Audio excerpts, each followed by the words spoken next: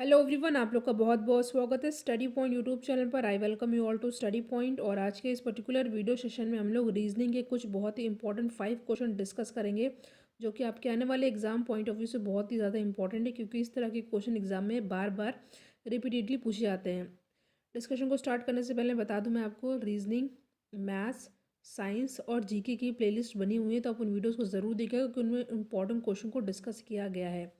अगर अभी तक आपने स्टडी पॉइंट यूट्यूब चैनल को सब्सक्राइब नहीं किया तो सब्सक्राइब ज़रूर करिएगा और वीडियो को अपने फ्रेंड सर्कल में शेयर ज़रूर करिएगा। तो पहले क्वेश्चन पे हम लोग आते हैं। क्वेश्चन दिया हुआ है, चित्र में दिखाए अनुसार शीट से एक बॉक्स बनाया जा सकता है। चित्र में दिखाए अनुसार शीट से एक बॉक्स बनाया जा सकता है। बॉक्स में यू के विपरीत सतह पर कौन सा अक्षर होगा? आपके सामने 4 ऑप्शन यहाँ पे दिया हुआ है। देखिए, इस तरह के क्वेश्चन को करने के लिए नॉर्मल मेथड भी होता है, बट यहाँ पे हम लोग देखते हैं एक ट्रिक के माध्यम से इसको हम लोग सॉल्व करने की कोशिश करेंगे। कैसे सॉल्व करेंगे? देखिए, यहाँ पे जो इस तरह के क्वेश्चन दिया जाए तो हमें क्या करना होता है। यहाँ पे दिया हुआ है, सबसे जो लंबी लाइन दी हुई होती है उसके अक्षरों को हम लोग ध्यान से देखते हैं। आपको पता है कि 1 के विपरीत हमेशा 3 होता है और 2 के विपरीत हमेशा 4 होता है। तो इसमें अगर हम देखते हैं, जो बीच वाले अक्षर दिए हुए हैं WXYZ, तो W यहाँ पे 1 होगा, यहाँ पे 2 होगा, यहाँ पे 3 होगा, यहाँ पे 4, यानी कि 1 के विपरीत 3 होता है, जैसा कि मैंने आपको बताया। तो यहाँ पे W के विपरीत क्या हो जाएगा? यहाँ पे Y हो जाएगा। और मैंने बताया 2 के विपरीत 4 होता है, तो यहाँ पे क्या हो जाएगा? X के विपरीत यहाँ पे क्या हो जाएगा? Z हो जाएगा। और जो U होता है, इसके विपरीत क्या होता है? V।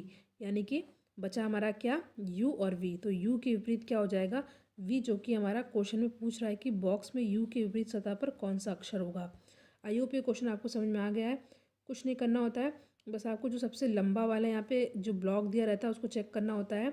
उसमें 1 2 3 4 मेंशन कर लेते हैं, और आपको ये पता होना चाहिए कि 1 के विपरीत 3 होता है, यानी कि W के विपरीत Y हो जाएगा, X के विपरीत यहाँ पे Z हो जाएगा, और बचा हमारा U के विपरीत हमारा यहाँ पे हो जाएगा V। अगर आपसे कुछ भी पूछे इस तरह के क्वेश्चन में कि W के विपरीत, तो अगर पूछ लिया तो आप बता देंगे यहाँ पे Y हो जाएगा, और X की जगह के X के विपरीत क्या हो जाएगा? Z।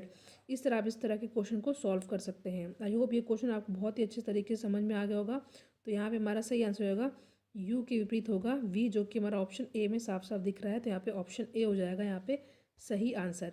इससे पहले डाइस का एक इम्पॉर्टेंट वीडियो चैनल पे अपलोड किया गया, जिसमें डाइस के कॉन्सेप्ट को समझाया गया है। उसमें इंपॉर्टेंट ट्रिक को भी डिस्कस किया है, जिसका लिंक डिस्क्रिप्शन बॉक्स में है, तो आप उस वीडियो को ज़रूर देखिएगा। नेक्स्ट क्वेश्चन पे हम लोग आते हैं। क्वेश्चन है इजी है।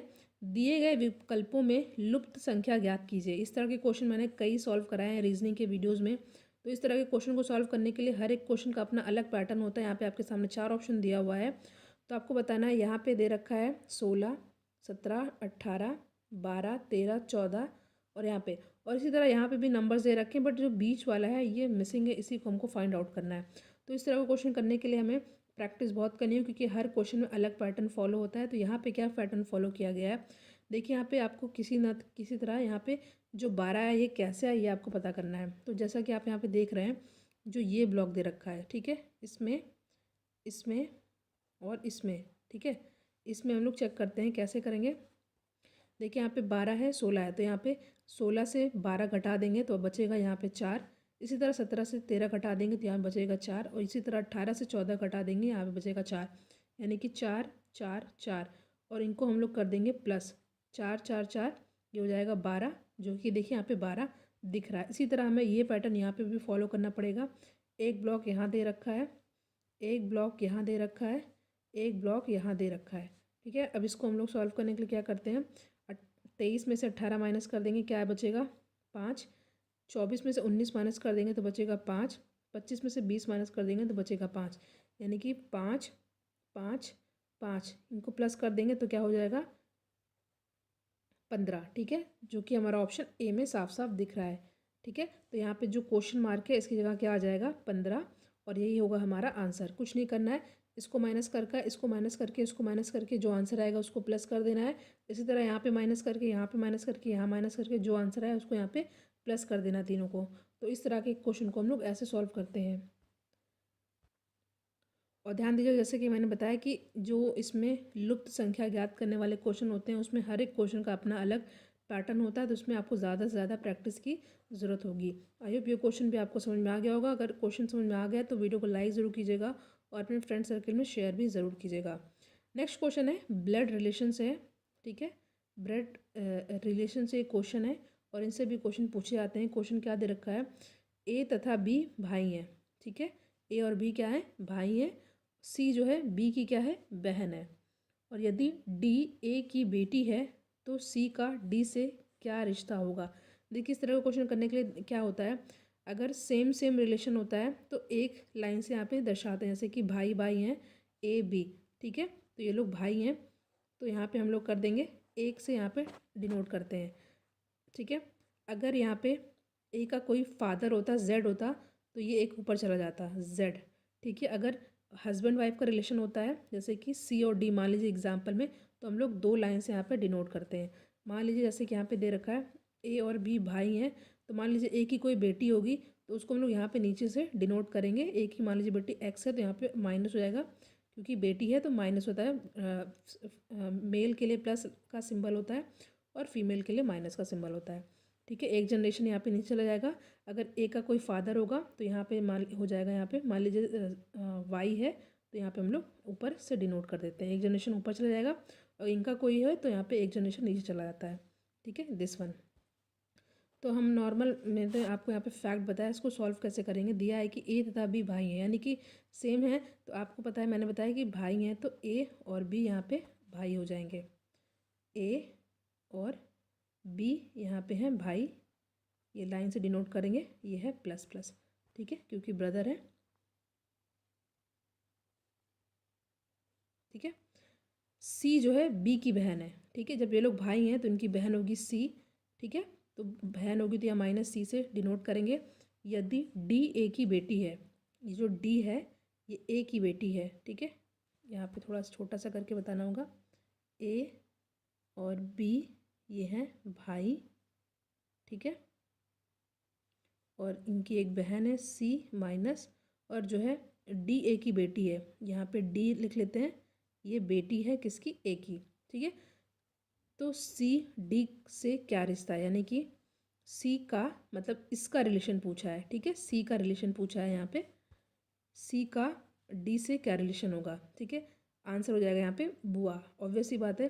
अगर यहाँ पे ये दोनों भाई हैं, ठीक है, तो ये उनकी बहन है, और भाई की बेटी जो है क्या कहलाएगी, इस भाई की यहाँ से यहाँ पे बुआ, ठीक है। सिंपल क्वेश्चन है, ये आपको समझ में आ गया होगा, इसमें ज़्यादा एक्सप्लेन करने की ज़रूरत नहीं है। देखिए ब्लड रिलेशन का क्वेश्चन आए तो उसको आप खुद से रिलेट करके क्वेश्चन को सॉल्व करने की कोशिश क्या करिए, तो क्वेश्चन अपने आप में ही सॉल्व हो जाएगा आसानी से। फिर से एक बार देख लेते हैं अगर आपको नहीं आया। देखिए ए और बी ये हैं भाई, इनकी एक बहन है सी, ठीक है, और ए की एक बेटी है डी। तो सी का डी से क्या रिलेशन होगा यही पूछा है, तो सी जो है डी की बुआ होगी, ठीक है। तो यहाँ पे ऑप्शन ए हो जाएगा यहाँ पे हमारा सही आंसर। आई होप ये भी क्वेश्चन आपके लिए समझ में आ गया होगा, और इस तरह के क्वेश्चन एग्जाम में पूछे भी जाते हैं कई बार, इंपॉर्टेंट। हमने दिया हुआ है नीचे दी गई आकृति में कुल कितने त्रिभुज हैं, ठीक है। यहाँ पे एक आकृति दे रखी है, आपको बताना है यहाँ पे कितने त्रिभुज हैं, चार ऑप्शन आपके सामने दिया हुआ है। तो इस तरह क्वेश्चन सॉल्व करने के सबसे पहले हम लोग देख लेते हैं। यहाँ पे देखिए आपको ये एक यहाँ पे जो दिख रहा है, यहाँ पे तीन है, ठीक है। तो यहाँ पे हो गया तीन त्रिभुज, एक दो और एक बड़ा वाला तीन, ठीक है। उसके बाद यहाँ पे देखिए ये तीन यहाँ पर हो गए, और इसी तरह इस साइड भी ये देख रहे हैं, यहाँ पे तीन ये हो गए, ये एक दो और एक बड़ा वाला। उसके बाद ये चार और इधर ही पाँच छः, दो यहाँ पर हो गए, और एक बड़ा वाला तो है ही यहाँ पर एक, और उसके बाद ये वाले, ठीक है। तो यहाँ पे हो गए टोटल 14, यहाँ पे टोटल 14 आपके त्रिभुज हैं, जो कि ऑप्शन बी में साफ साफ दिख रहा है, ठीक है। अगर ये क्वेश्चन आपको समझ में नहीं आया तो कमेंट सेक्शन में ज़रूर बताइएगा, इस क्वेश्चन को मैं फिर से बताऊँगी, ठीक है। ध्यान दीजिएगा, एक बड़ा वाला है, इसमें 3 है, इधर साइड भी 3 है, इधर साइड भी 3 है, उसके बाद जो है इधर साइड 2 हैं, इधर साइड भी 2 हैं, और फिर ये वाले भी हैं। ठीक है, तो इसमें बहुत हौच पौच हो रहा है, तो फिलहाल इसमें टोटल 14 त्रिभुज है, तो ऑप्शन बी हो जाएगा यहाँ पे हमारा सही आंसर। नेक्स्ट क्वेश्चन पे हम लोग आते हैं। क्वेश्चन दिया हुआ है कि मैग्नेट शब्द के अक्षरों को वर्णानुक्रम में व्यवस्थित करने के बाद इस शब्द में कितने अक्षरों की स्थिति अपरिवर्तित रहेगी। वर्णानुक्रम मतलब अल्फ़ाबेट के अकॉर्डिंग, ठीक है, क्रोनोलॉजिकल ऑर्डर में।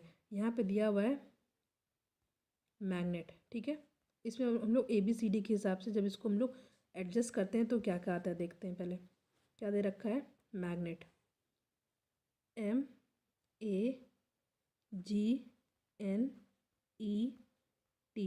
ठीक है, इसको हम लोग अकॉर्डिंग टू ABCD हम लोग इसको व्यवस्थित करेंगे। तो पहले क्या आता है, पहले आता है A, ठीक है, A के बाद क्या आता है हमारा अकॉर्डिंग टू दिस, यहाँ पर है E के बाद यहाँ पे G, फिर M N, फिर T। अब इसको आप लोग देख रहे हैं क्वेश्चन अब क्या कर रहे हैं, देखिए मैग्नेट शब्द के अक्षरों को वर्णानुक्रम में व्यवस्थित करने के बाद इस शब्द में कितने अक्षरों की स्थिति अपरिवर्तित रह रही है। तो आप यहाँ पे देख रहे हैं कि कितने शब्दों की स्थिति अपरिवर्तित रह रही है। तो जो यहाँ पे G है ये अपरिवर्तित है, और जो यहाँ पे T है ये अपरिवर्तित है। तो यहाँ पे 2 अक्षर ऐसे हैं जिनकी स्थिति अपरिवर्तित रह रही, तो ऑप्शन बी हो जाएगा यहाँ पे हमारा सही आंसर। आई होप ये क्वेश्चन आपको समझ में आ गया। कुछ नहीं करना है, यहाँ पे मैग्नेट लिखना है। अब आपको ABCD के हिसाब से अक्षरों को व्यवस्थित कर लेना, फिर आपको देखना है कि कौन से अक्षर हैं जो अपने प्लेस पर हैं। तो 2 अक्षर ऐसे थे जो अपने प्लेस पर थे, कौन कौन से था, एक तो था T और एक था आपका क्या, G, ठीक है, तो ऑप्शन बी हो जाएगा यहाँ पे हमारा सही आंसर। तो यहाँ पे हमने आज कुछ 5 इंपॉर्टेंट क्वेश्चन को डिस्कस किया जो कि आपके आने वाले एग्जाम के लिए इंपॉर्टेंट है। वीडियो को लाइक एंड शेयर जरूर करिएगा। Thank you so much for watching. Thank you.